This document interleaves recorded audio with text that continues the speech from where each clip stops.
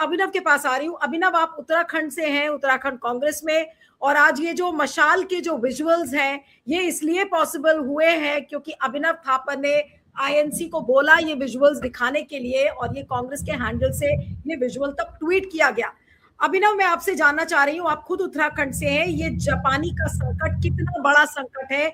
क्या ये एक बड़ा चुनावी मुद्दा बन सकता है? जी अभिनव, बोलिए।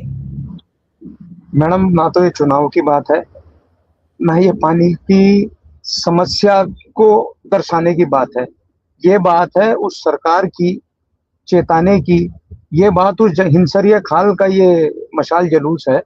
ये देवप्रयाग विधानसभा में आता है उत्तराखंड में, और सौभाग्य से मैं भी टिहरी जिले का ही मूल निवासी हूँ। उधर ही माँ गंगा की धरती पे हमने जन्म लिया है।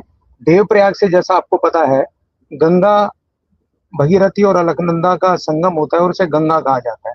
Devprayag is the origin of, actual origin of Ganga.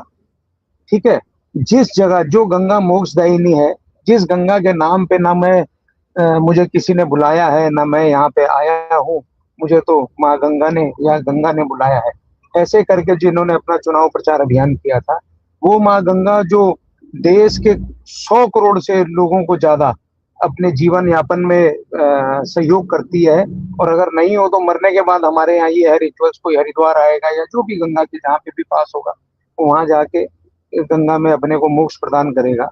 उस गंगा के ओरिजिन स्थल पे लोग मशाल लेके पानी को मांग रहे हैं। ये एक चुनाव के मुद्दे से या उससे नहीं है।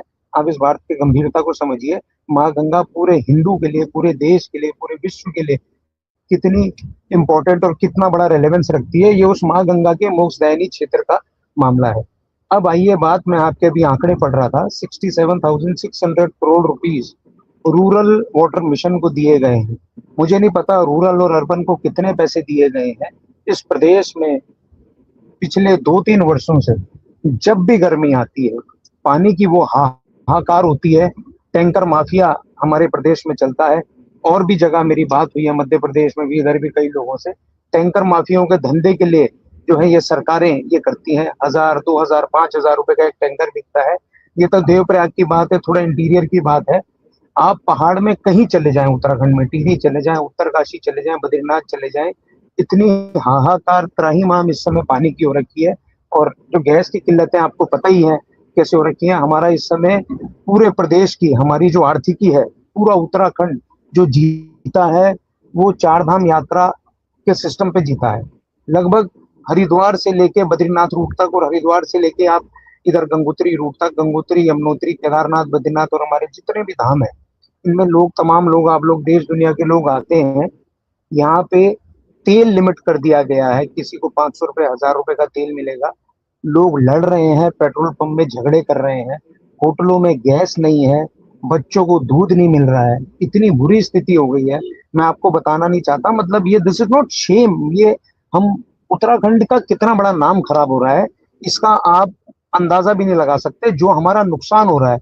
अगर आप आते हैं उत्तराखंड अपने, अगर मैं आपसे पूछूं, आपके हिसाब से ये कारण क्या है? अगर आज देवप्रयाग में लोगों को पीने का कारण ये है, कारण ये है कि सरकार की जो मैंडेट है, सरकार की जो प्रायोरिटीज है वो शिफ्ट हो चुकी है।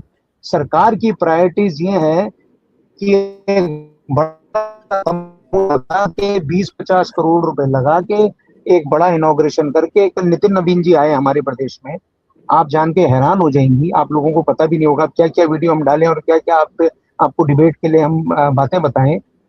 दालनवाला में बीजेपी का ऑफिस है, आपको पता है।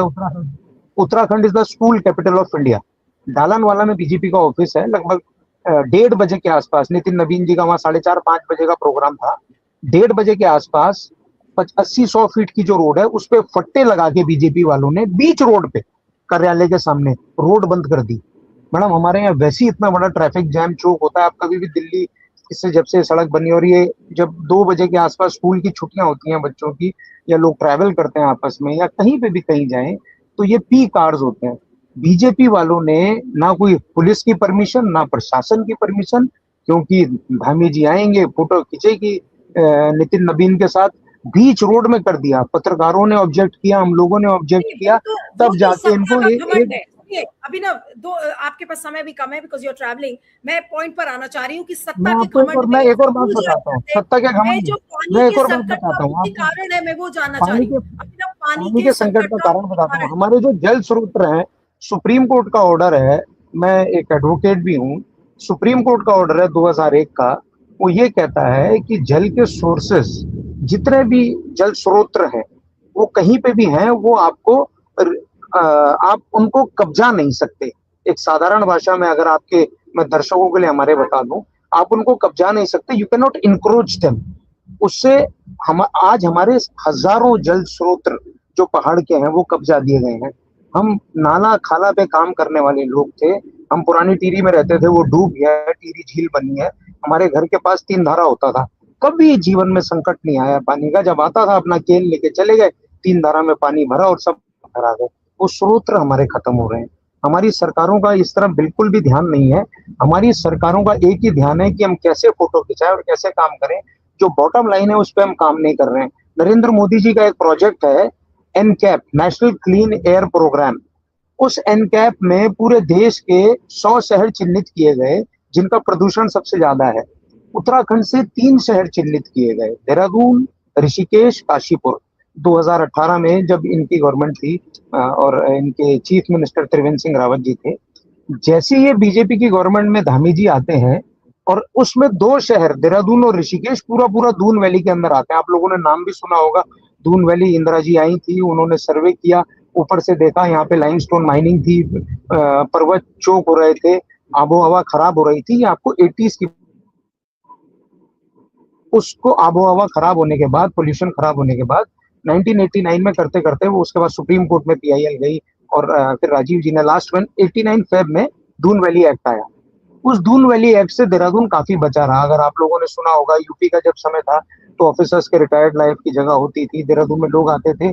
मैंने देहरादून में जो रिस्पना हमारी नदी है उसको ओवरफ्लो होते हुए देखा है और रिस्पना ब्रिज को डूबते हुए देखा है मैंने। मेरी कोई 100 साल उम्र नहीं है, आई एम 43 44। तो 97 98 की आपको बात बता रहा हूँ, जब हम स्कूल में होते थे। मैंने मैंने ये होते हुए देखा है। पर आप ये समझिए, आज की डेट में रिस्पना खत्म हो चुकी है, बिंदाल खत्म हो चुकी है, ये नदियां खत्म हो रही हैं। उसका कारण दून वैली एक्ट को धामी जी ने मोदी के खिलाफ जाके जो है कमजोर कर दिया। इस पे हमने पीआईएल भी लगाई है। मैं ऑलरेडी इस पे हाई कोर्ट में एक पीआईएल चल रही है और उन पे नोटिस भी हुआ है, बट सरकार तो नोटिस से कान पे इनके जू नहीं रेंग रहा है। नरेंद्र मोदी नहीं, कहते बताएं हैं ये जो पानी देश की का गवर्नमेंट संकट है। चौदह चौदह नहीं हजार अभिनव, 14,000 करोड़ रुपए इन 100 शहरों पे लगभग लगाया गया है, जिसमें देहरादून ऋषिकेश भी है, जिसमें कहा गया इनका प्रदूषण बहुत ज्यादा है। And Dehradun is among top 10 polluted let's country in talk India. About the water crisis. Abhinav, हम बात पानी के संकट की कर रहे हैं, वाटर प्रदूषण क्राइसिस में वहीं से है ना मैडम, पानी के संकट। रिस्पना, बिंदाल हमारी नदियां हैं, ये नदियां सुखा दी गई हैं। यहाँ पे कंस्ट्रक्शन हो रहे हैं, इनको हाँ, इंक्रोच किया जा रहा है, यहाँ पे बिल्डिंग्स बनाई जा रही हैं। ये इट इज ये नॉट है मुर्गी पहले आया या अंडा, ये सब कनेक्टेड है। बिल्कुल। नहीं आपने नहीं बिल्कुल। हमारे जल स्रोत खत्म कर दिए, आपने वहां पे बिल्डिंगें बना दी, आपने बिल्डरों के साथ साठगांठ कर दी, आपने भ्रष्टाचार कर दिया, आपने हमारे एनवायरनमेंट को लूट दिया। आज स्थिति ये हो गई, चाहे देहरादून चले जाओ, चाहे देवप्रयाग चले जाओ, चाहे चंपावत चले जाओ जो मुख्यमंत्री की अपनी कॉन्स्टिट्यूंसी है, आप पिथौरागढ़ चले जाओ, उत्तरकाशी चले जाओ, उत्तराखंड के किसी भी भाग में चले जाओ, पानी के लिए त्राहिमाम है। और माँ गंगा के जन्मस्थली पे, माँ गंगा के ओरिजिन पॉइंट पे अगर लोगों को पानी के लिए इतना बड़ा एक एजिटेशन मशाल लेके करना पड़ रहा है, तो आप इस बात की गंभीरता को समझिए। ये एक तमाचा इस सरकारें सिस्टम पे नहीं है, ये माँ गंगा चिल्ला चिल्ला के कह रही है मेरी रक्षा करो।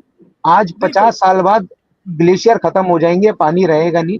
हम किस तरीके से, हमारी सरकारों की प्रायोरिटीज है, हम उस प्रायोरिटीज पे काम नहीं कर रहे हैं। हमारा प्रायोरिटीज बड़ा सिंपल है, हमको इनक्रोच करना है।